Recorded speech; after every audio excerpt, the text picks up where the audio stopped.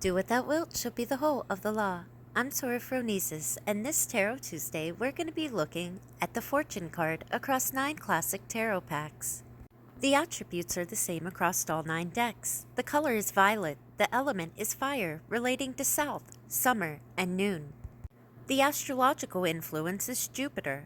The esoteric title is Lord of the Forces of Life.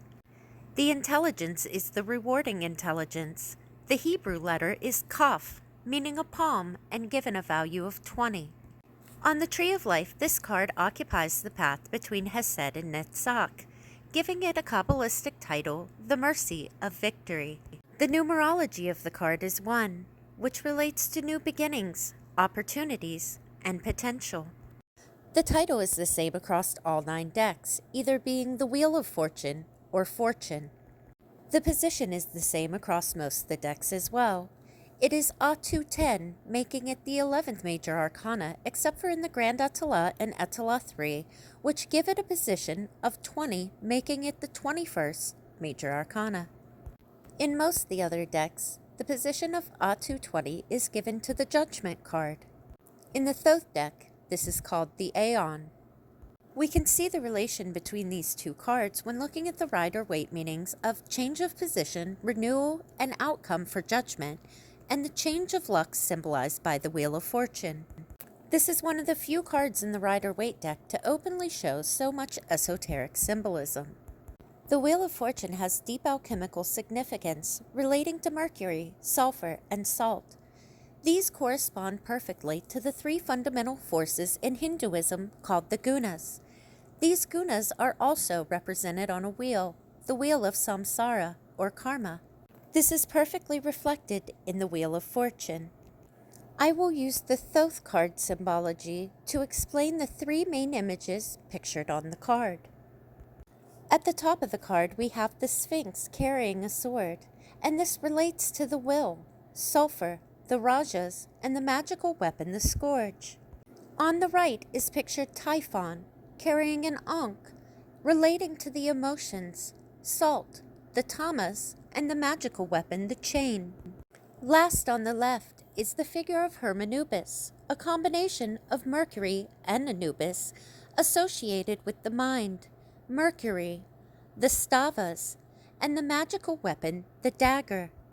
Another way of looking at the mercury, sulfur, and salt dynamic is sulfur as the soul, emotions, and desires, mercury as spirit, imagination, moral judgment, and higher faculties, and salt as the body, physicality, and tangible form. Under the title The Wheel of Fortune, Serlo writes, the 10th enigma of the tarot pack. It is an allegory which turns upon the general symbolism of the wheel. Based upon the symbolism of the number 2, it expresses the equilibrium of the contrary forces of contraction and expansion, the principle of polarity. This wheel is set in motion by a handle, fateful because it is irreversible, and it is floating on a figurative representation of the ocean of chaos, supported by the mast of 2 boats, which are joined one to another. In each boat there is a snake, symbolizing the 2 principles of the active and the passive. The ascending half of this wheel has an effigy of Hermanubis and his caduceus, while the descending portion displays a typhon-like monster with its trident. The 2 halves symbolize respectively the constructive and destructive forces of existence, the first figure being related to the constellation of Canis and the second to Capricorn, denoting within the symbolism of the zodiac the principle of dissolution initiated in Pisces.